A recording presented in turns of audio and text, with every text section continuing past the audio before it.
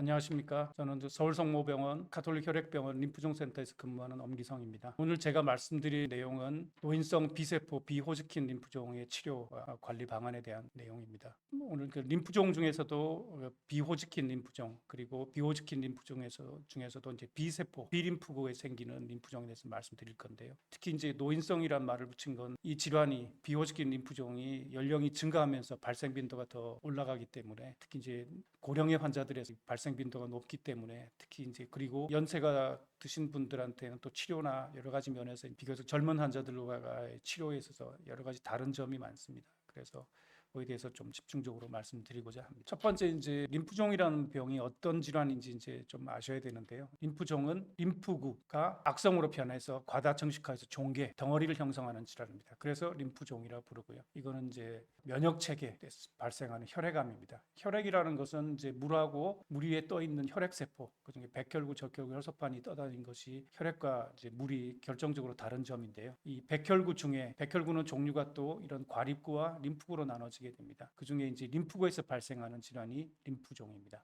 여기다 보시다시피 혈액 속에는 백혈구, 적혈구, 혈소판이 있고요. 백혈구는 또 이렇게 과립구와 림프구로 나눠지게 됩니다. 이런 또 림프구 중에 특히 이제 비림프구에서 발생하는 질환이 압도적으로 많기 때문에 오늘은 이제 비림프구에서 발생하는 호지킨 림프종에 대해서 말씀드리겠습니다. 이렇게 이제 이건 정상 림프절 크기인데요. 우리 몸에 이런 림프절이 적어도 머리끝부터 발끝까지 한 500개 이상의 이런 림프절이 있습니다. 정상 림프절은 이렇게 크기가 이 정도인데요. 이 림프절 안에는 이제 혈액에서 만들어진 림프구가 꽉 차 있게 됩니다. 정상 림프구가 안에 이건 정상 림프구의 크기고요. 이 안에 있는 림프구가 여기 보시다시피 악성으로 전환이 돼서 과다 정식해서 큰 덩어리를 만들게 되면 이렇게 커지게 됩니다.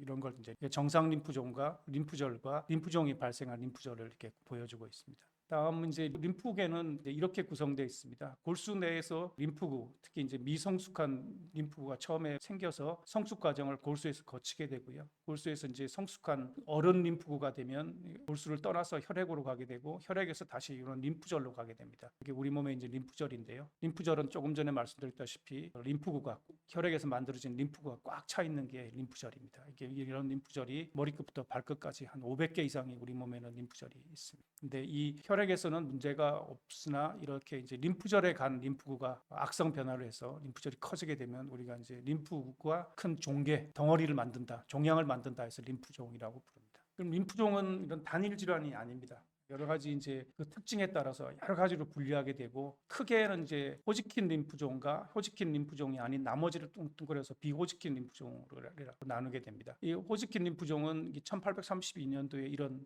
토마스 호지킨이라는 의사가 처음으로 발견해서 이제 기술을 해서 이 의사의 이름을 따서 호지킨 림프종이라 부르고요.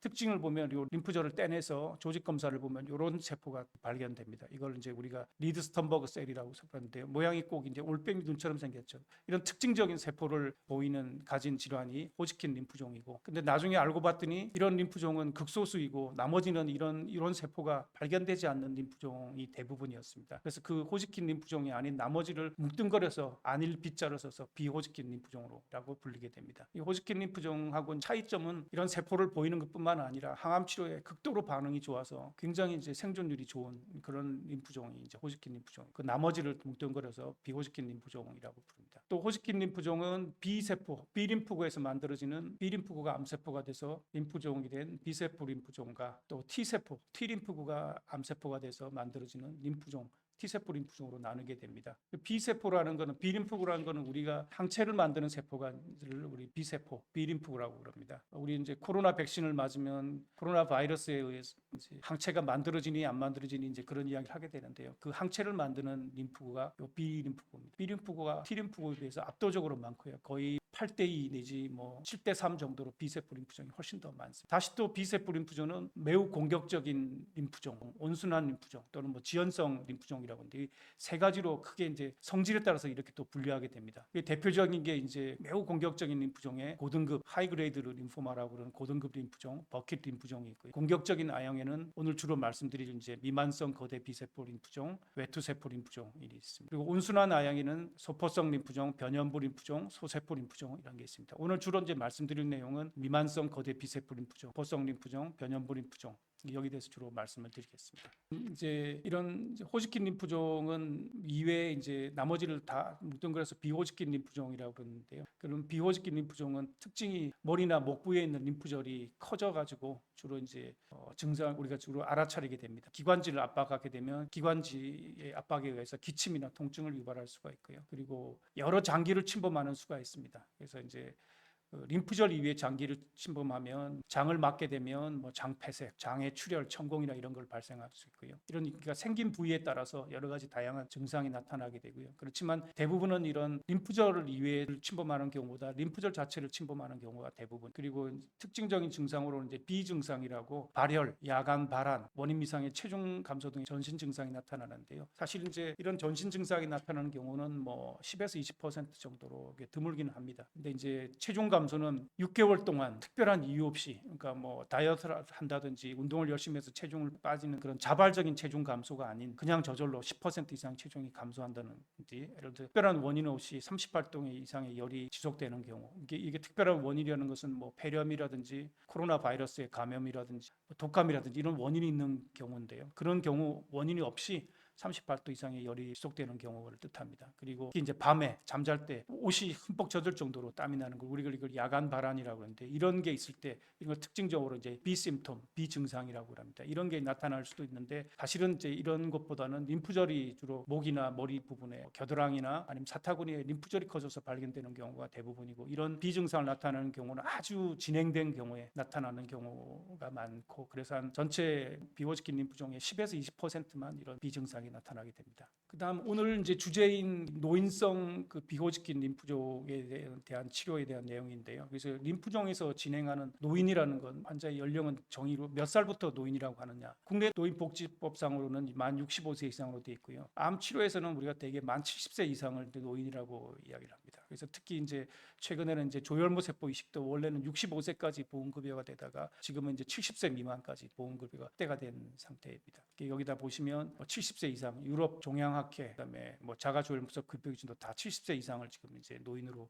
정의를 하고 있습니다. 그다음 이제 특히 뭐 오늘 말씀드릴 게 이제 T림프에서 발생하는 비호지킨 림프종은 제외하고요. 왜냐하면 그건 좀 완전히 또 다른 질환이고 빈도도 많지 않기 때문에 오늘은 이제 B세포에서 발생하는 비호지킨 림프종 종류하고 그 특성에 대해서 말씀드리자면, 사실 비호지킨 림프종은 종류가 굉장히 많습니다. 30가지 이상의 아형을 포함하고 있고요. 실제로 뒤에 림프종이란 말은 뭐 붙어서 그것만 그 공통점이 있지, 실제로는 다 다른 질환입니다. 완전히 다른 질환으로 보시면 되고요. 그렇지만 30가지가 이상이 있지만 이를 크게 이제 성질에 따라서 지연성 림프종과 공격성 림프종으로 분류하게 됩니다. 공격성 림프종 질병의 질환이 굉장히 빠르지만, 굉장히 빨라서 치료를 하지 않게 되면 몇 개월 이내에 사망한다든지 그렇게 위험해지는 그런 림프종이지만, 오히려 또 거기에 대한 또 항암 치료에는 또 약물 치료는 반응이 굉장히 좋아서 완치가 가능한 그런 림프종이고요. 저등급 또는 지연성 림프종은 질병의 진행이 느리고 증상이 심하지 않고 임상 경과가 굉장히 완만한 질환입니다. 그래서 뭐 진행하는데 평균 7, 8년 걸릴 수도 있고요. 그렇지만 일반적으로는 재발이 항암 치료 후에도 재발이 잦고 완치가 완전히 뿌리가 뽑히지 않는 경우가 많습니다. 그리고 이제 비호지킨 림프종은 연령에 비례해서 증가하게 됩니다. 국내 환자들의 평균 진단식 평균 연령은 58세로 되어 있습니다. 이렇게 이제 그래서 비호지킨 림프종이 이제 연령이 증가하면서 발생 빈도가 올라가게 하고, 또 이 연령은 그래서 이제 발생 빈도가 고령일수록 이제 증가하고, 또 고령이면 또 항암 치료나 이런 게 또 어려운 점이 많기 때문에 이런 노인성 비호지킨 림프종이 되게 중요한 이유가 되게 됩니다. 또한 이렇게 이제 연령이 증가할수록 항암 치료 후에 상대 생존율이 떨어지게 되어 있습니다. 전 연령을 따지면 75%의 생존율이 5년 항암 치료 끝난 후에 5년 후에 생존율이 74%인 경우에 비해서 65세 이상이면 약 10% 정도 떨어지게 됩니다. 그래서 오늘 비호지킨 림프종 중에서도 특히 이제 B세포 림프종, 그 중에 이제 공격성 림프종 중에서는 미만성 거대 B세포 림프종에 대해서 주로 말씀을 드릴 거고요. 실제로 이게 이제 전체 비호지킨 림프종의 한 30에서 40%를 차지하기 때문에 여기에 주로 이제 설명을 집중적으로 드릴 거고요. 그다음에 지연성 B세포 림프종 중에서는 이제 소포성 림프종, 변연부 림프종, 거기에 대해서 주로 이제 말씀을 드리겠습니다. 조금 전에 말씀드렸지만 이제 그게 이제 비호직긴 림프종의 임상적인 특징을 가지고 이제 공격성이냐 지연성이냐 이렇게 부르게 되는데요. 특히 이제 대표적인 게 미만성 공격성 비호직긴 림프종의 대표적인 예가 미만성 거대 B세포 림프종. 영어로는 이제 Diffuse Large B-cell Lymphoma라고 해서 DLBCL이라고 합니다. 이게 전체 B세포 림프종의 한 50에서 60%를 차지하고 전체 림프종에는 한 30에서 40%를 차지하는 걸로 알려져 있습니다. 주로 이제 아까 말씀드렸다시피 미만성 거대 B세포 림프종은 주로 이제 노인 연령이 증가함으로써 발생 빈도가 더 올라가고 치료하지 않을 경우 이제 수개월 내에 사망할 수 있기 때문에 항암 치료가 반드시 필요합니다. 그 외에 또 공격적인 림프종 중에서는 외투세포 림프종으로 이제 맨틀셀 림포마라고 하는데요. 사실 이건 굉장히 비호직긴 림프종 중에 5% 미만을 차지하기 때문에 사실은 이제 드문 림프종입니다. 그래서 이제 이런 말초나 특히 골수, 위장관 등의 림프절에 의해서 발생하는 질환 에도 이제 발생하는 경우가 많은 림프종인데 비교적 발생 빈도가 적기 때문에 오늘은 요 공격성 림프종 중에서는 미만성 거대 B세포 림프종에 대해서 주로 집중적으로 설명을 드리겠습니다. 반면 이제 지연성 림프종에서는 소포성 림프종, 변연부 림프종 또는 만성 림프구성 백혈병 또는 소포성 림프종이라고 그러는데요. 이 세 가지가 이제 좀 많습니다. 이건 서양에서는 이제 비호직긴 림프종 중에서는 미만성 거대 B세포 림프종 다음으로 이제 많이 발생하는 림프종이었으나 한국에서는 이 변연부 림프종 다음으로 세 번째로 발생 빈도가 많지만 최근 국내에서도 발생 빈도가 급격하게 증가하는 추세입니다. 굉장히 이제 천천히 진행하는 림프종이지만 그 중에도 여러 등급이 있는데요. 1등급, 2등급, 3등급 A까지는 아주 천천히 진행하는 림프종이지만 3등급 B가 되면 굉장히 공격적인 성향을 띠기 때문에 공격형 림프종에 준해서 치료를 해야 됩니다. 변연부 림프 그 반면 이제 변연부 림프종은 국내에서는 두 번째로 이제 많이 발생하는 림프종이고 지연성 림프종의 순위상 가장 많이 지금 발생하는 것으로 알려져 있습니다. 이제 비장이나 림프절 또는 림프절 외부 이런 데서 주로 발생하게 됩니다. 이제 만성 림프구성 백혈병은 다른 요게 이제 골수가 아니라 주로 림프절을 주로 똑같은 세포가 림프절을 침범하면 소세포 림프종이라고 부르고 이 백혈병 세포가 주로 이제 골수나 혈액을 주로 침범하면 만성 림프구성 백혈병이라고 부릅니다. 서양에서는 가장 많은 혈액암이지만 한국에서는 발생 빈도가 굉장히 낮습니다. 가장 낮아서 10만 명당 약 한 3명 정도 발생하는 걸로 돼 있어서 1년에 한 150명 정도만 한국 국내에서는 발생하는 걸로 알려져 있습니다. 그리고 이제 고령의 비호직긴 림프종 환자가 이 예후가 좋지 않은 이유가 처음에 이제 골수나 간, 신장 등의 이제 장기 기능에 이제 여러 가지로 떨어져 있습니다. 떨어져 있고 발생 당시에 보면 이렇게 병기가 진행돼서 발생되는 경우가 굉장히 많습니다. 그래서 이제 항암 치료를 하게 되면 이런 기능이 떨어져 있기 때문에 치료 결과를 높이면서도 또 독성을 낮춰야 되는 그런 문제가 있습니다. 이 비호직긴 림프종에 특히 이제 예후를 치료 후에 예후가 어떨 것이냐 보는 여러 가지 이제 요소가 있는데 그 중에 국제 예후인자라는 걸 많이 보게 됩니다. 국제 예후인자를 보면 똑같은 림프종을 진단받더라도 60세 이상이고 LDH라는 혈청 수치가 있습니다. 이게 높고 그 다음에 수행력, 일반적인 전신 상태를 이야기하는 거죠. 컨디션이 나쁠수록 병기가 1, 2기보다는 3, 4기 그리고 림프절을 벗어난 곳에 침범이 2군데 이상일수록 이런 게 많으면 많을수록 예후는 더 안 좋게 됩니다. 그래서 이런 거에 해당 사항이 전혀 없거나 이 중에 하나만 해당되는 경우는 4년 생존율이 굉장히 높습니다. 그렇지만 이런 거 다 가지고 있는 경우는 4년 생존율이 급격하게 떨어지게 됩니다. 근데 이제 노인성 비호직 림프종은 일단 나이부터 60세 이상이기 때문에 하나 불리한 점을 가지고 가게 되고요. 병기도 진단 당시에 3, 4인 경우도 많고 또 아무래도 젊은 사람들보다는 이런 전신 상황이 안 좋은 경우가 많습니다. 그래서 비교적 젊은 환자, 연령의 환자에 비해서 예후가 안 좋은 것이 이제 고령의 환자들의 림프종의 특징입니다. 또 하나 이제 조금 전에 말씀드렸다시피 이제 전신 수행 능력을 보게 되는데요. 이걸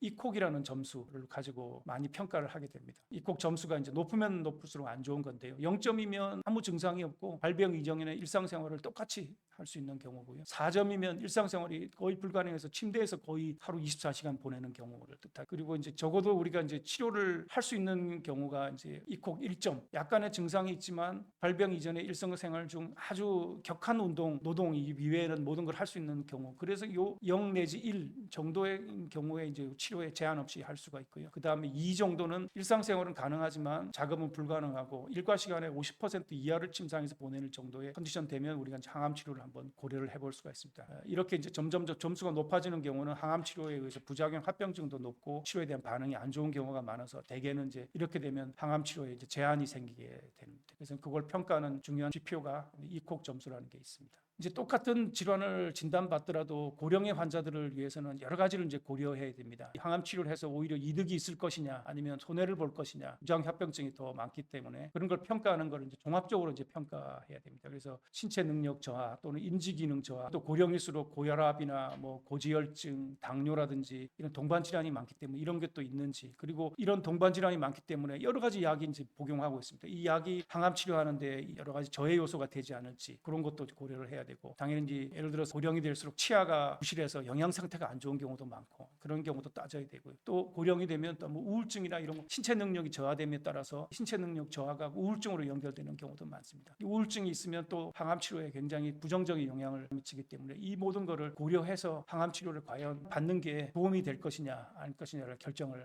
하게 됩니다. 그다음 이제 고령 환자에서 또 고려해야 할 대점은 삶의 질의 관리를 위해서 이런 잠재적 위험을 파악하고 예방하는 것이 중요하고, 동반 질환이나 장기 기능이 많이 떨어져 있기 때문에 항암 치료 부작용 관리의 중요성이 더욱 높습니다. 그리고 또 하나는 이런 다른 요소뿐만 아니라 림프종 자체가 불량한 아형을 가지는 경우가 많습니다. 예를 들어서 질환이 이제 미만성 고대피 세포 림프종은 이런 세포 유형이 두 가지로 이렇게 나누게 되는데요. 고령에서는 non-G10이라는 이런 타입의 림프종으로 진단되는 경우가 더 많습니다. 그리고 이런 여러 가지 이제 요소가 더 많기 때문에 아무래도 이제 이런 치료를 하는데 고려해야 될 점이 많고, 항암 치료 관련해서는 골수 억제가 골수 기능이 더 약하기 때문에 항암 치료에 의한 골수 억제 부작용, 종양 용해 증후군, 항암 치료에 따른 심장이라든지 당뇨라든지 이런 신경계 부작용도 더 많이 생길 수 있고요. 인지 기능 저하도 더 많이 생기기 때문에 이런 거를 모든 걸 고려해서 치료를 전략을 세워야 될 것 같습니다. 항암 치료가 이제 부작용이 많은 이유는, 항암 치료는 강력하고 효과적이지만 항암제가 눈이 달려가지고 이런 암세포만 공격하면 좋은데요. 이 암세포와 정상세포를 구별하지 못합니다. 1세대 우리가 항암 과학제, 일반적으로 말하는 항암제는 뭐 그렇게 돼서 정상세포가 이제 손상을 입음으로써 여러 가지 이제 부작용을 발생하게 됩니다. 그런데다가 항암 고령 환자들은 이런 동반된 장기 기능도 안 좋은 데다가 동반된 질환도 많기 때문에 이런 고령 환자에서는 그런 치료가, 이런 치료를 1세대 항암 화학요법제를 쓰는데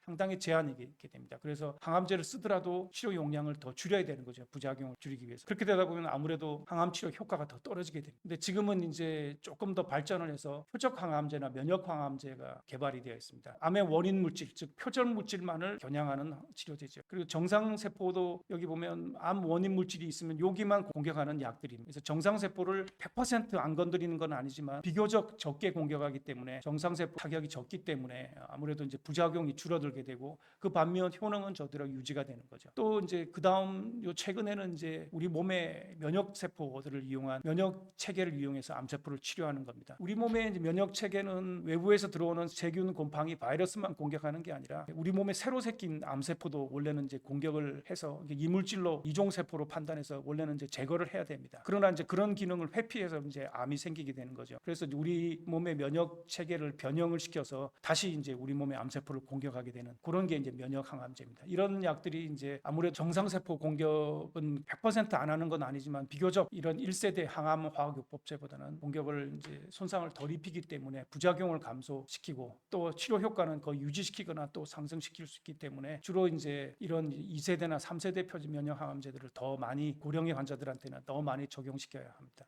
이거 이제 항암 치료를 이제 치료에 대한 반응을 볼 때 이제 치료를 했는데 반응이 왔다, 반응이 오지 않았다라고 이제 의료진으로부터 이야기를 들을 겁니다. 이제 그런데 반응이 오는 경우를 어떤 경우를 이야기하느냐, 여러 가지 이제 용어가 있는데 완전 관해, 부분 관해, 유지 또는 안정병변이라고 합니다. 그리고 질병의 진행이라고 이야기하는데요. 완전 관해가 왔던 경우는 뭐 CT를 찍든지 펫CT를 찍든지 골수 검사를 했든지 몸 안에 이제 종양이 아직은 그런 검사에서 발견되지 않는 경우입니다. 완치하고는 다른 이야기입니다. 완치는 이런 뭐 CT나 펫CT를 찍어서 아무것도 안 보인다고 해서 몸 안에 암세포가 없는 게 아니라 일정 검출되는 수준 이하로 줄었다는 뜻이니까 완치하고는 조금 다른 이야기입니다. 그다음에 부분 간에는 여러 가지 이제 림프종 병변이 있는데 그 병변의 크기를 합쳐가지고 크기가 50% 이상 줄어드는 경우를 우리가 이제 부분 간해를 이야기하는 거고요. 그다음에 이제 유지는 완전히 진행하지도 않고 그렇다고 완전 간해도 아니고 부분 간해도 아닌 그 중간 상태. 쉽게 말하면 이제 병변이 크지도 않고 줄지도 않고 그런 상태를 이야기하는 거죠. 질병 진행은 이제 크기가 적어도 50% 이상 증가하는 경우를 질병의 진행이라고 합니다. 재발이라는 용어도 있고 불응이라는 용어도 있는데요. 재발은 완전 관해가 됐던 환자가 다시 질병이 발견되는 경우고, 불응은 치료에도 불구하고 아예 반응이 없는 경우입니다. 완전 관해를 얻지 못하고 진행하는 경우고, 또 어떤 경우에는 질병이 완전 관해가 됐다가도 1년 이내에 또 재발하는 경우도 불응으로 우리가 판단하게 됩니다. 그리고 그 다음으로는 이제 생존율, 무진행 생존율, 관해 유지기란 단어가 왔습니다. 생존율은 치료를 시작한 시점으로 환자가 어떤 이유든지 사망할 때까지 기간을 이제 생존 기간 또는 그 비율을 갖다가 생존율 또는 생존 기간이라고 이야기하고요. 무진행 생존율은 치료를 진행한 시점으로부터 질병이 진행되거나 사망될 때까지의 시간 또는 확률을 무진행 생존율 또는 무진행 기간이라고 이야기를 합니다. 관해 유지 기간은 완전 관해가 되고 나서 질병이 다시 진행될 때까지의 기간을 관해 유지 기간이라고 이제 표현을 하게 됩니다. 그 다음으로 이제 말씀드릴 게 이제 각각 개개 질환을 말씀드리겠습니다. 이제 처음에 공격형 비세포 림프종 중에 가장 흔한 게 이제 미만성 고대 비세포 림프종인데요. 비림프구에서 발생하고 공격적 림프종이고 전체 비호적인 림프종의 30에서 40%를 차지하는 가장 많은 발생 빈도를 보이는 림프종입니다. 정상 림프종은 이렇게 생겼습니다. 현미경을 보면 가운데 이렇게 동글동글하게 보이는 게 우리 소포라고 이야기하는 건데 이렇게 보이는 게 정상적인 구조인데요. 미만성 고대 비세포 림프종을 보인다. 이게 미만성의 조금 이게 한자 표현인데 미만성이라는 건 이렇게 이제 국소로 뭉쳐있던 것이 전신으로 쫙 퍼진다는 뜻이 이제 미만성이라고 이야기를 하게 됩니다. 그래서 이렇게 이제 미만성 비세포 림프종이 되면 이런 소포성 구조가 다 사라지게 되고 이 암세포들이 온 림프절내에 쫙 퍼지게 되는 이런 현상을 보이게 되는데 그걸 이제 미만성이라고 부르고 또 이 세포 하나를 보면 여기서 보이는 세포보다 굉장히 크게 보입니다. 그래서 거대 세포라는 말이 붙었고 이 세포의 특징을 우리가 분석해 보니까 T림프구가 아니라 B림프구, B세포다. 그래서 이제 미만성 고대 비세포 림프종이라고 부르게 되고요. 이런 치료는 이 림프종의 치료는 알찹이라는 요법을 쓰게 됩니다. 알찹은 들어가는 약재 이제 머리 글자를 따서 이렇게 이제 알찹이라고 이렇게 이제 부르게 됩니다. 이 항암 치료는 항암제가 나머지는 CHOP는 다 CHO는 항암제고요. 프레드니솔론은 스테로이드라는 경구 약제, 먹는 약제입니다. 그리고 리툭시맙은 사실은 이제 항암 화학 요법제가 아니라 이런 항체 약물입니다. 이 리툭시맙이라는 거는 우리 몸에 있는 항체인데요. 항체를 갖다가 우리가 B림프구를 공격하도록 만든 유전공학적으로 변형을 시킨 항체입니다. 이 항체가 끝부분은 이게 이제 항암제 림프종의 표면, 미만성 거대 비세포 림프종의 표면에 있는 CD20하고 에만 결합하도록 된 부분이고요. 이 반대 부분은 우리 몸에 이제 면역세포, 암세포를 공격하는 면역세포가 달라붙는 부위입니다. 그래서 이런 리툭시맙을 투여하게 되면 이 B림프구 표면에 있는 CD20에만 딱 달라붙게 됩니다. 이게 달라붙으면 어떤 현상이 생기냐? 반대편에는 이 부분에는 우리 몸의 면역세포가 여기에 결합하게 됩니다. 그러면 면역세포가 흥분을 해서 이 바로 이제 이 리툭시맙이 결합된 암세포를 공격해서 암세포를 사멸시키게 됩니다. 그런 약제를 이제 항암제와 병용해서 쓰게 되고요. 3주에 한 번씩 21일 간격으로 3주에 한 번씩 투여를 하게 됩니다. 그래서 3번 끝나고 나서는 다시 이런 CT 패시티 찍어서 반응을 본 다음에 반응이 좋으면 다시 3번을 더해서 보통 6주기를 하는 게 특징입니다. 6주기 끝나면 다시 CT나 패시티를 찍어서 완전 관해가 오면 그대로 이제 경과 관찰을 하게 됩니다. 그 이후에 후속 치료는 없고요. 그죠? 무조건 경과 관찰입니다. 그런데 이제 이런 항암 치료를 하게 되면 적어도 우리가 60에서 한 65% 정도 미만성 고대 비세포 림프종의 완치를 기대할 수 있지만 고령의 환자들은 이런 항암 치료를 견뎌내지 못하거나 본인이 원래 가지고 있는 이런 질환 때문에 부작용 합병증이 굉장히 증가하게 됩니다. 특히 이제 고령의 환자들 중에서는 이제 심장 질환이 있는 환자들이 많은데요. 아까 말씀드린 이제 알찹 요법종의 독소로 비진한 항암제가 심장에 독성이 있기 때문에 치료 전에는 이제 반드시 심장 기능을 심장 초음파를 한다듯이 해서 심장 기능을 평가를 해야 됩니다. 그래서 이런 이제 항암 치료를 못 견디기 때문에 항암제 용량, 항암 화학요법제의 용량을 낮춘 알미니찹 같은 것도 고려를 하게 됩니다. 알미니찹을 해도 완전 관해로는 여기서 보시다시피 알찹을 하게 되면 젊은 사람에서는 약 73%에서 완전 관해가 오는데 한 보고에 의하면 용량을 줄여도 한 60%, 한 10% 정도 차이가 나지만 용량을 줄여도 어느 정도에서는 환자에서는 상당 부분에서 완전 관해를 우리가 획득할 수 있다는 것을 알 수가 있습니다. 그래서 알찹을 해서 고령의 환자에 대해서 알찹을 해서 그 부작용 합병적으로 우리가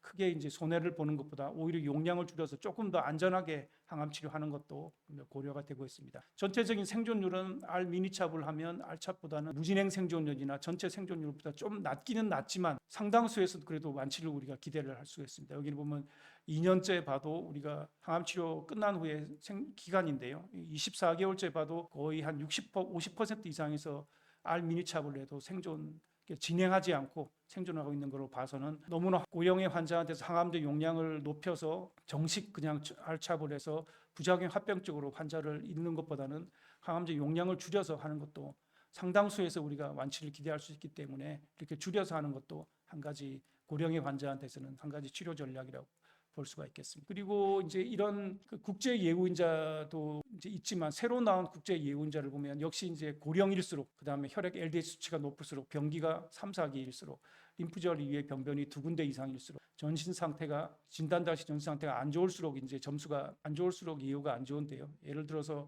그것도 좀 세분화해서 60세 뭐 75세 이상이냐, 60에서 75세 이상이냐, 40에서 60세 이상이냐, 아니면 40세 이하이냐 이런 거에 따라서 좀 더 세부 분류를 예우인자가 있습니다. 그래서 이런 예우인자를 보면 이렇게 예우인자가 하나도 해당되지 않는 경우에는 항암 치료 끝나고 뭐 5년 지나서 거의 80, 90% 가까운 우리가 무진행 생존율을 기대할 수가 있고요. 이런 걸 더 많이 가지고 있다. 아주 예우가 안 좋은 경우라도 5년 이후에 가장 나쁜 경우라도 우리가 거의 40%, 30에서 한 40% 이상은 또 완치를 기대를 할 수가 있습니다. 그래서 어떤 경우든지 아주 극단적인 고령이라든지 병발된 질환이 많다든지 컨디션이 아주 전신 상태가 안 좋은 경우를 제외하고 그런 고령의 환자라도 얼마든지 완치를 기대할 수 있는 게 미만성 거대 비세포 림프종입니다. 근데 이제 알참 요법이 이때까지는 한 20년 동안 가장 치료가 효과가 좋은 표준 치료였습니다. 그렇지만 이제 그 20년 동안 그 알참 요법을 능가하는 요법이 없었는데요. 최근에는 이 알참 요법에서 항암제 한 가지를 빼고 그 대신 폴라투치마브라는 이제 단일 클론 항체 약물을 더해서 치료 성적을 조금 더 보완한 그런 결과가 있습니다. 이 폴라투치마브라는 약은 아까 리투크시마브는 세포 표면에 있는 암세포 표면에 있는 CD20을 표적으로 한 항체였는데요. 이 폴라투치마브는 CD79B라는 물질을 표정으로 하고 있습니다. 그래서 이 항체가 이 폴라투치마브라는 약이 CD79 암세포 표면에 있는 CD79와 결합을 하게 되면 이 79B는 이 항체가 결합하면 세포 내로 들어가게 되어 있습니다. 세포 내로 들어가게 되면 이 끝부분에 다른 면역세포가 달라붙을 수가 없죠. 그래서 폴라투치마브라는 약은 그 항체 자체에다가 항암제를 붙여놨습니다. 붙여놓은 항체입니다. 그래서 세포 내로 들어가게 되면 이 항암제하고 이 항체가 분리가 돼서 항암제가 이제 이 암세포를 공격해서 암세포에 있는 여러 가지 이제 물질들을 공격해서 암세포를 파괴시키게 됩니다. 그래서 비교적 이제 다른 항체가 결합 CD79B가 없는 그런 세포에는 거의 이제 손상을 입지 않는 그런 항암요법이 되겠습니다. 그래서 이 폴라투치마브를 더했더니 알찹에 비해서 뭐 2년 무진행 생존율은 70%대 77%, 5년 무진행 생존율은 59%대 64%, 그리고 2년 전체 생존율은 크게 차이가 없었습니다만 일단 무진행 생존율은 2년째에는 약 27%, 그리고 5년째는 약 22% 정도로 무진행 생존의 위험을 감소시킨 약물요법이 되겠습니다. 그래서 이게 이제 최근에 알찹 요법을 이제 보완하는 그런 요법으로 이제 대두되어 있고, 특히 예우가 아까 이야기한 국제 예우인자가 더 불량한 경우, 그다음에 고령일수록, 그다음에 G12 타입보다는 ABC 세포 타입의 더 예우가 더 안 좋은데요. 그런 경우에 이런 폴라 알칩 요법이 폴라투치마브를 더한 폴라 알칩 요법이 더 효과를 보는 것으로 알려져 있습니다. 그래서 지금까지 알려오던 알찹 요법을 완전히 대체하지는 않았으나 일부 아형 그룹에서는 예를 들어서 고령이라든지 이런 국제 예우인자를 더 많이 가지고 있다든지 ABC 세포 타입이라든지 그런 경우에는 이런 폴라 알칩 요법도 폴라투치마브를 더한 폴라 알칩 요법도 고려해 볼 수가 있겠습니다. 아까 말씀드렸다시피 한 60에서 65%의 미만성 고대 비세포 림프종은 완치가 가능하지만 나머지 한 30에서 40%는 재발을 할 수가 있습니다. 재발할 경우에는 어떻게 하느냐? 70세 미만의 환자들은 이제 구제 항암 요법을 하고 거기다 반응을 보면 자가조혈모세포 이식을 할 수 있지만, 여기서 말씀드린 고령의 환자는 70세 이상에서는 자가조혈모세포 이식이 거의 불가능합니다. 왜냐하면 부작용 합병증으로 얻을 수 있는 혜택이 없기 때문입니다. 그래서 이제 그럴 경우에는 어떻게 하느냐? 구제 항암 화학 요법, 그리고 이제 면역 치료 요법, 뭐 그런 거나 임상 시험이라는 그런 걸 고려해 볼 수가 있겠습니다. 첫 번째로 구제 항암 요법은 고식적 요법, 이제 구식 항암 치료라는 거죠. 이런 항암제 조합에 머리글자를 딴 조합, 아이스 요법이라든지 디합이라든지 이샵 요법을 쓸 수가 있는데요. 이건 이제 아까 말씀드렸다시피 이제 구식의 항암 요법이기 때문에 정상세포 항암제를 암세포로 구별 못하는 그런 항암제들의 조합입니다.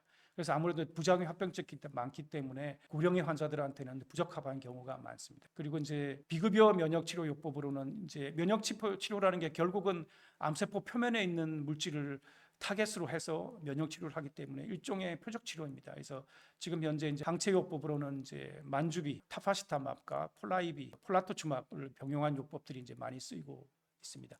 그래서 2차 요법에서 반응이 오게 되면 그대로 이제 경과 관찰해서 하는 거고요. 거기서 재발하게 되면 3차 요법으로는 국내에서는 카티 요법, 킴리아라고 그러는 카티 세포 요법이 있고요. 기타 이제 3차 요법은 기타 세포 치료제. 만일 만주비를 2차에서 안 썼으면 뭐 폴라비를 쓴다든지, 폴라비를 안 썼으면 만주비를 쓸 수가 있고요. 또 3차로는 이중항체 치료제, 에킨이라든지 컬럼비라든 그런 요법을 써볼 수가 있습니다. 그리고 카티 요법에 실패하는 경우에도 또 써볼 수가 있고요. 아니면 2차 요법에 쓰고 카티를 하지 않고 경우에 따라서는 이런 뭐 만주비라든지 폴라이비 또는 이중항체 치료 요법도 고려해 볼 수가 있겠습니다.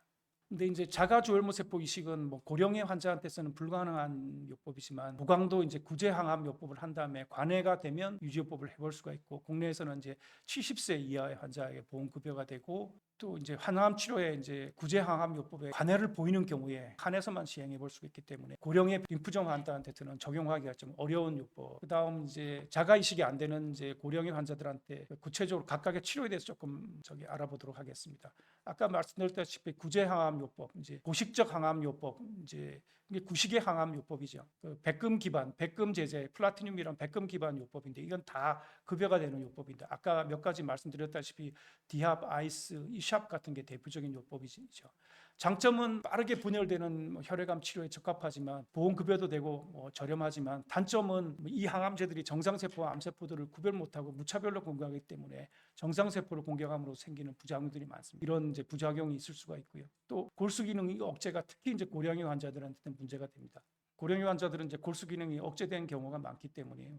이런 항암제로 의해서 골수 기능이 더 억제가 돼서 백혈구가 감소되고 빈혈이 생기고 혈소판 떨어지고 하기 때문에, 특히 이제 백혈구가 감소된 경우는 감염의 위험이 굉장히 올라가기 때문에 골수 기능이 떨어져 있는 고령의 환자들한테는 불리한 점이 많고, 또 빈혈이나 혈소판 감소 등으로 인한 수혈의 빈도도 훨씬 더 올라가게 됩니다.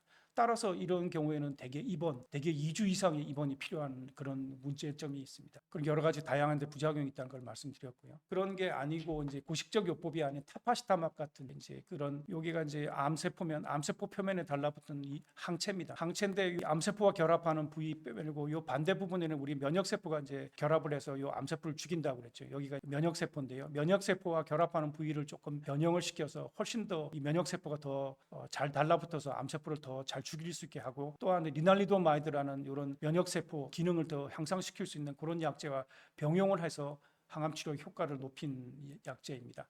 장점은 항암 화학 요법제를 쓰지 않기 때문에 더 고령의 환자한테 특히 더 안전하고 장기적인 치료가 유지가 가능하고요. 따라서 이제 부작용이 적기 때문에 외래에서 치료가 가능합니다. 입원하지 않고요. 그리고 그렇지만 이제 단점은 뭐냐? 투여 기간이 고정되어 있지 않고 질병이 진행할 때까지 계속 투여를 하고, 그렇지만 보통 이제 국내에서는 보통 1년 정도 쓰는 게 통상적인 경우고, 따라서 이제 비급여라는 점이 이제 문제가 됩니다. 그렇지만 이제 비급여이지만 국내에서는 이게 일정 주기를 사용하게 되면 나머지는 이제 치료비 지원 프로그램이 있기 때문에 국내에서는 한번 시도를 해볼 수 있는 치료 이제 결과를 보면 한 10명 치료하면 6명 정도가 이제 반응을 오게 되고, 그중에 한 4명 정도는 뭐 완전 관해가 온다는 거예요. 관해가 유지되는 기간을 보면 평균을 보면 아직 절반 관해가 이제 처음에 일단 관해가 돼서 진행하는 환자들을 일단 100명이 있다 그러면 진행하는 순서대로 쭉 보면 그중에 중간 순서의 환자가 아직 진행을 하지 않았다는 거죠. 그럴 정도로 관해 유지 기간이 길고, 그리고 이제 무진행 생존 기간은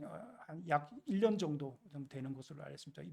이게 무진행 생존 기간의 중위값이라는 게 뭐냐면은, 지금 이제 치료 끝난 환자 100명이 있다 치면 100명이 진행하는 순서대로 1번부터 100번까지 나왔을 때 그 중간 51번째 순서가 한 12개월 정도 된다는 뜻입니다. 그래서 처음에 뭐 1개월, 2개월, 3개월 이래 진행하는 환자도 있겠지만 51번째가 12개월이고 거꾸로 99번째, 100번째 환자는 아직 진행도 하지 않았을 가능성이 있다는 거죠. 마찬가지로 전체 이제 중위 생존 기간, 이거는 뭐 진행과 상관없이 무조건 질병이 진행하든 안 하든 간에 무조건 생존해 있는 환자를 따졌을 때 그 생존 기간의 중위값이 약 3년에 가깝다는 걸 알 수가 있고, 특히 2차 치료를 첫 번째 재발항으로서 쓰는 경우가 두 번째 재발에서 쓰는 경우보다 성적이 더 좋은 것으로 알려져 있습니다. 두 번째 부분은 폴라이비고요. 폴라이비는 아까 플라토츠 부분 어떤 약인지 설명을 드렸고, 거기에 벤다모스틴이라는 항암제하고 리툭시맘이라는 약을 병용한 거. 그래서 79B라는 표적을 이제 겨냥해서 하는 거기 때문에 부작용이 좀 적고, 특히 이제 벤다모스틴 벤다모스틴이라는 거는 항암제긴 하지만 골수 억제가 비교적 적습니다. 그래서 그런 거고 반응률도 굉장히 높고 단점이라고 그러면 세포 이것도 비급여기 때문에 굉장히 이제 좀 치료 비용이 많이 든 게 문제입니다. 그리고 만일 이 치료를 하고 치료 성적이 좋아서 잘 유지되면 또 문제가 없지만 혹시 이 약에 반응을 하지 않는 경우는 3차로 우리가 국내에 쓸 수 있는 효과적인 요법 중에 그 킴리아 카티 세포 치료를 할 수가 있는데요. 카티 세포를 하려고 그러면 자기 환자 본인의 이제 T 림프구를 뽑아야 되는데 이 벤다모스틴이라는 항암제를 쓰기 때문에 그 벤다모스틴이 T세포를 굉장히 우리 몸에서 억제를 하기 때문에 T세포가 잘 안 모아지는 경우가 많습니다. 그래서 적어도 12주, 약 3개월을 카티세포를 하려면 치료도 하지 않고 기다려야 된다는 문제가 있는 게 거기 큰 단점입니다. 반응률을 보면 약 40%에서 반응률이 오고 완전 관해는 또 한 40% 정도고 중위 무진행 기간은 한 6, 7개월 그리고 중위 생존권은 12개월로 보고가 돼 있습니다. 그다음 이제 이 치료에도 2차 치료에도 반응하지 않는 경우는 국내에서는 카티 세포 치료, 즉 킴리아라는 것을 해볼 수가 있습니다. 이게 이제 암세포인데고 이게 우리가 보면 T림프구인데요. T림프구가 우리 몸에는 정상적으로 이 암세포가 생기면 이거를 공격해서 없애야 되는데 그걸 이제 못했기 때문에 우리 몸에 암세포가 생기는 겁니다. 그래서 이제 우리 T림프구를 특수한 처리를 해서 우리 암세포를 공격하게 만드는 게 우리 카티 세포 킴리아인데요. 이게 우리 몸에 있는 T림프구입니다. 이걸 뽑아가지고 암세포 표면에 있는 CD19라는 물질을 인지할 수 있는 알아채고 감지하는 일종의 이제 수용체입니다. 수용체, 즉 일종의 안테나라고 생각하시면 됩니다. 이런 물질이 정상적인 우리 몸의 T림프구에는 없습니다. 이제 이런 수용체를 만들 수 있는 유전자를 이 T림프구 안에 집어넣어서 그 T림프구 안에 유전자가 이런 수용체를 만들게 해서 다시 몸 안에 집어넣는 게 이제 카티 세포 치료입니다. 이런 보면 이제 지금 단 1회 치료로 완치가 기대를 할 수가 있고요. 건강보험급여가 적용이 됩니다. 하지만 단점으로는 우리 몸에 T림프구를 뽑아서 거기에 유전자를 잘 집어넣고 유전자가 잘 들어가서 수용체를 정확하게 잘 만들고 그 세포수를 굉장히 불려야 되기 때문에 적어도 한 3주 이상의 시간이 필요합니다. 그래서 3주 동안 병이 진행할 수 있기 때문에 가교 항암 치료를 또 해야 될 수도 있고요. 그다음에 이 T림프구가 우리 암세포를 죽일 때 여러 가지 염증 물질들을 만들게 됩니다. 그래서 이제 그게 사이토카인 방출 증후군이고요. 이 또 이런 T림프구가 중추신경계를 통과해서 중추신경계의 독성을 나타나는 경우가 있습니다. 그런 문제가 있다는 것이 단점입니다. 객관적 반응률은 한 50% 조금 넘는 걸로 돼 있고요. 그 중에 한 40% 정도는 일단 카티 세포 후에 완전 관해를 보이는 것으로 알려져 있습니다. 그렇지만 이런 치료를 하는 경우에 이 무진행 생존율이 그러면 아주 높으냐 그렇지는 않습니다. 30에서 40% 지금 현재 불과한 걸로 돼 있고요. 그렇지만 이 3차 치료제, 그러니까 2번 재발한 경우에 그럼 기존 치료, 카티 세포 치료 아니고 기존 치료라는 경우에 우리가 이런 완치율을 얼마나 기대할 수 있느냐 10% 미만인 걸로 알려져 있습니다. 그거에 비하면 적어도 한 산술적으로 따졌을 때는 한 3배 정도 3배 이상의 우리가 완치율을 기대할 수 있다는 점이 이 치료의 장점입니다. 저희 병원 이제 가톨릭 혈액병원 성적을 비교를 해보면 2년 무진행 생존율이 약 40%, 2년 전체 생존율은 또한 41% 정도 되는 걸로 알려져 있고요. 그렇지만 이제 카티 세포 주입 전에 그걸 이제 우리 과교 치료 3주 카티 세포를 T림프구를 뽑고 카티 세포가 오기 전까지는 적어도 3, 4주 기간이 걸리기 때문에 그 기간에 이제 진행을 막기 위해서 우리가 그 가교 치료를 하게 되는데요. 거기 치료에 반응이 좋은 경우가 그렇지 않은 경우보다 전체 생존율은 81.5%대 28%, 30% 정도로 훨씬 더 좋고요.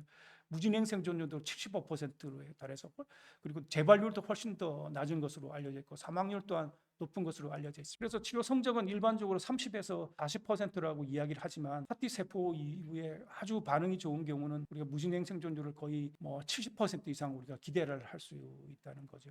그리고 그 중에 이제 가교 치료로 우리가 가장 많이 한 게 폴라비알 요법인데요. 폴라비알 하는 경우에 그 전체 생존율이 다른 치료를 한 경우보다 전체 생존율, 무진행 생존율, 누적 재발률에서도 우월한 결과를 보이고 있습니다. 폴라투치맙, 벤다무스틴, 리투키마브로 가교 치료를 한 경우 이제 가톨릭 혈액병원의 성적은 보면 전체 반응률은 약 50%. 이건 한 번만 딱 치료한 경우입니다. 그리고 이제 한 번만 투여한 경우에 완전 관해율은 약 20% 정도로 지금 보고된 바가 있습니다. 그리고 이제 그 다음으로 또 중요한 게 카티 세포 치료 후에 3개월째 반응을 보고 3개월째 반응이 완전 관해인 상태에는 거의 2년 무진행 생존이 거의 80% 육박하지만 3개월째 관해를 보이지 않는 경우에는 2년째 무진행 생존율, 진행하지 않고 질환이 진행하지 않고 생존할 가능성이 10% 미만인 것으로 나타났습니다. 그리고 전체 생존율도 3개월째 완전 관해를 보이냐 그러지 않는다에 따라서 약 70%대 약 30% 정도로 관해를 보인 경우가 치료 성적이 훨씬 더 좋았습니다. 그 다음은 이제 이렇게 카티 세포도 3차 치료제로 쓸 수가 있고요. 또 하나 쓸 수 있는 게 이중항체 치료제입니다. 이중항체라는 것은 항체가 이렇게 생겼는데요. 한쪽은 암세포에 있는 표적 물질을 인지를 하고 또 한쪽은 우리 면역세포인 T림프구를 인지하는 겁니다. 그래서 T림프 이렇게 이중항체를 투여를 하면 종양세포하고 이 T림프구 면역세포가 굉장히 종양세포 근처에 위치하게 만들어줄 수가 있습니다. 그래서 이렇게 되면 T림프구가 활성화돼서 T림프구에서 여러 가지 염증 물질들을 만들어내서 이 종양세포를 죽이는 그런 이제 이렇게 T림프구도 인지하고 종양세포도 인지하는 이중적인 항원을 표적 물질을 인지할 수 있다. 그래서 이중항체라고 그러고요. 대표적인 게 글로피타맙과 에코리타맙이 있습니다. 이 경우에 장점은 똑같이 면역세포를 이용하는 장점이 있지만 카티 세포와 달리 이제 3주 이상 기다리지도 않고 바로 투여할 수 있는 그런 장점이 있습니다. 그래서 치료 기간은 보통 컬럼비 같은 글로피타맙 같은 12주기, 앱킨니, 앱코리타맙 같은 경우는 질병 진행 전까지 투여할 수가 있고 그렇지만 이제 그 단점은 똑같이 이제 카티 세포와 같이 또 이런 T림프구를 이용하기 때문에 T림프구가 암세포를 죽일 때 특징인 여러 가지 염증 물질들이 나와서 생기는 부작용인 사이토카인 방출 증후군과 면역세포 관련 중추신경 독성이 마찬가지로 비급여이기 때문에 높은 치료 비용이 필요한 것이 단점이 되겠습니다. 그리고 이제 중위 무진행 생존 기간, 그러니까 이 치료에 반응을 보인 100명의 환자를 만일 관찰한다 그러면 관찰할 때 이 환자들이 진행하는 순서 뭐 예를 들어서 1개월 있다 진행한 사람을 1번, 2개월 있다 진행하는 사람을 2번 이런 식으로 이제 진행한 순서대로 관찰할 때 100명 중에 51번째 중간이 한 4개월 남짓하다는 겁니다. 그래서 중위 생존 기간은 중앙값은 약 글로피타맙 같은 경우는 한 1년 남짓 그리고 에코리타맙 같은 경우는 약 1년 반 남짓 알려져 있습니다. 다음은 이제 공격형 비세포 림프종이 아니고 지연형 비세포 림프종. 그 중에서도 대표적인 게 소포성 림프종, 변연부 림프종, 소세포 림프종이 있습니다. 여기에 대해서 설명을 드리겠습니다. 소포성 림프종은 아까도 처음에도 말씀드렸지만 서양에서는 가장 흔하지만 국내에서는 3번째이지만 지금은 발병 건수가 굉장히 빠르게 증가해서 거의 2번째에 지금 육박하는 상태고요. 그 비율도 지금 약 2017년으로 보면 9.35%로 증가되어 있고 특히 고령의 환자에서 발생을 많이 하고 있는 것이 특징입니다. 소포성 림프종은 이런 이제 플리피라는 우리가 이제 나이가 60세, LDH가 높으냐, 빈혈이 수치가 어떻게 되냐, 변기가 어떻게 되냐, 림프절 침범이 몇 군데 이상이냐에 따라서 이제 이렇게 여러 가지 이제 예후인자를 보게 됩니다. 가장 저위험군에서는 5년 생존율이 굉장히 높고요. 이런 고위험을 이런 걸 많이 갖고 있는 3점 이상인 경우는 5년 생존율이 50%에 불과한 것으로 지금 알려져 있습니다. 그래서 이런 치료는 조금 소포성 림프종의 치료는 몇 가지 소포성 림프종의 특징을 고려해야 됩니다. 소포성 림프종은 진행이 일단 굉장히 느리고 아주 크로직이지만 평생 진행을 하지 않을 경우도 있을 수가 있고 그리고 진행할 때 시간이 굉장히 7년, 8년 정도로 굉장히 깁니다. 그리고 또 하나의 특징은 항암 치료만으로는 사실 완치가 어려운 경우가 많습니다. 항암 치료에 일단 반응은 잘하지만 재발을 잘하기 때문에 완치가 어려운 경우가 많습니다. 그래서 대부분의 경우는 증상이 없이 3, 4기로 발견되는 경우가 많습니다. 이런 경우는 이제 완치가 어렵고 평생 진행하지 않는 경우도 많고 그리고 진행하는 경우에 한 7, 8년 기다렸는데 진행한다. 그때 치료하나 지금 아무 증상이 없는 때 치료하나 치료 성적에 차이가 없습니다. 그래서 그리고 완치가 좀 어려운 경우가 많기 때문에 일단 진행성 병기 3, 4기로 되면 추적 관찰하는 게 원칙입니다. 특별한 문제가 있지 않는 한 문제가 어떤 경우냐 질병과 관련된 증상이 나타난다든지 림프절이 점점 커진다든지 림프절이 커지면서 증상이 생긴다든지 아니면 빈혈이라든지 혈소판 감소라든지 그런 특별한 문제가 생긴 경우에 치료를 하게 됩니다. 추적 관찰하다가 근데 그런 경우에 그때 가서 치료를 하나 지금 진행성이지만 아무 증상이 없는 경우에 치료하나 치료 성적이 차이가 없기 때문에 일단은 진행성 병기인데 아까 그런 문제가 임상적으로 문제가 생기지 않는 경우는 추적 관찰이 그렇지만 1, 2기로 발견되는 경우 이런 경우는 굉장히 드뭅니다. 소포성 림프종 그런 경우에는 방사선 치료나 이런 경우에도 굉장히 효과적인 완치가 되는 경우가 많기 때문에 그런 경우는 방사선 치료를 할 수가 있습니다. 항암 치료가 필요한 경우에는 벤다무스틴과 리투ක්시마브를 병용한 그런 요법을 가장 지금 현재 많이 쓰고 있는 상태입니다. 그리고 벤다무스틴과 리투시맙을 쓰게 되면 반응률이 거의 97%입니다. 그중에 완전 반응을 보이는 경우가 30% 이상으로 거의 모든 환자가 반응을 보이게 됩니다. 그리고 그 반응을 보이는 값의 중위값, 중간값이 72개월, 약 6년 정도에 해당되고, 여기 보시다시피 보면 5년, 6년 지나게 되면 거의 그 다음에 재발하는 환자가 없습니다. 기존의 알찹 요법을 소포성 림프종에서도 했었는데요. 그게보다 성적이 한 2배 정도로 더 좋을 수가 있고, 그 다음에 이 벤다무스틴과 리투시맙의 병용 요법은 골수 억제가 굉장히 적어서 백혈구가 거의 안 떨어지고, 그 다음에 혈구 감수증이 없으면서 탈모가 없다는 것이 이 요법의 장점이 되겠습니다. 그래서 지금 소포성 림프종의 1차 요법의 표준 요법은 BR 요법, 벤다무스틴과 리투시맙을 병용한 요법이 되겠습니다. 그리고 이런 이제 BR 요법의 이제 부분관에 이상을 보이는 경우 최대 2년간 리투시맙을 8주 간격으로 투여하는 것을 시도를 해볼 수가 있습니다. 반응 유지를 보이는 거에 대해서 유지요법을 안 하는 것보다는 더 장점이 있지만, 완전 관해를 보이는 환자한테서 이 유지요법을 2년 동안 하는 게 더 도움이 될지 안 될지는 아직 결론이 나지 않는 상태입니다. 그 다음 재발할 시에는 이런 소포성 림프종이 재발할 수가 있습니다. 이럴 경우에는 이게 공격성 림프종으로 변형됐는지 조직 검사가 필요한 경우가 있고, 2년 이내에 재발한 경우에는 치료를 2년 이내에 재발하더라도 아무 증상이 없으면 일단 관찰할 수도 있습니다. 그렇지만 증상을 보이고 종양 수치가 높다든지 그 진행성 요법을 보이는 경우에는 전신 항암 치료를 하게 되고, 특히 2년 이전에 재발하는 경우에는 이런 치료를 필요하는 경우에 항암 치료 후에 젊은 환자 같은 경우는 이제 자가졸무세포 이식을 고려해 볼 수도 있고, 고령의 환자에서는 이런 치료를 요법을 하고 경과 관찰을 하게 됩니다. 그리고 재발 불응성 경우에는 이런 이제 R2, R스퀘어 요법이라는 가장 많이 쓰게 되는데요. 이런 요법은 리투시맙과 리누알리도마이드 머리 글자가 두 개 다 R이기 때문에 R 제곱, R 스퀘어 요법이라고 그러고, 이런 리투시맙 단일 요법에 대해서 보다는 R 스퀘어 요법이 전체 무진행 생존년이나 생존 기간에서도 해서 더 유리한 점을 보이고 있습니다. 그 다음 또 하나 이제 소포성 림프종에 이제 재발했을 때 2차 요법으로 가사이바라는 항체와 벤다무스틴 이런 것들 요법을 병용하는 것도 우리가 이제 써볼 수가 있는데, 이때는 이제 보험급여가 일부만 보험급여가 됩니다. 벤다무스틴은 30% 정도는 본인 부담을 해야 되는 거고요. 마찬가지로 재발했을 때 벤다무스틴 단일 요법보다는 가사이바라는 항체가 벤다무스틴을 병용하는 것이 성적이 더 좋은 것으로 돼 있고, 이런 경우에도 역시 이제 반응을 보이게 되면 오비노투츠맙이라는 항체를 2년간 8주 간격으로 투여하는 것이 가능하다고 되어 있습니다. 그리고 이제 결론적으로 고령 림프종 환자의 항암 치료, 여러 가지 치료식 부작용을 줄이기 위한 여러 가지 보존적 요법이 있습니다. 일단 항암 치료에서 호중구 감소증, 즉시 고령의 환자에서는 골수 기능이 떨어져 있기 때문에 이런 걸 예방하기 위해서는 짧게 작용하는 그 촉진제 GCSF 말고 오랫동안 한번 투여하면 한 2주 이상 효과가 유지가 되는 그런 GCSF를 더 사용하라고 되어 있습니다. 왜냐하면 짧게 작용하는 매일 맞아야 되는 촉진제를 사용하는 경우는 이 환자들이 외래에서 치료하는 경우 매일 주사를 맞으러 와야 되는데 그렇게 할 수가 없기 때문에 수능도가 굉장히 단기간 작용하는 촉진제에 대한 수능도가 떨어지기 때문에 그런 거에도 보완할 수 있는 게 장기간 작용하는 촉진제 GCSF가 되겠습니다. 이런 걸 또 투여하는 게 더 유리하다고 되어 있고요.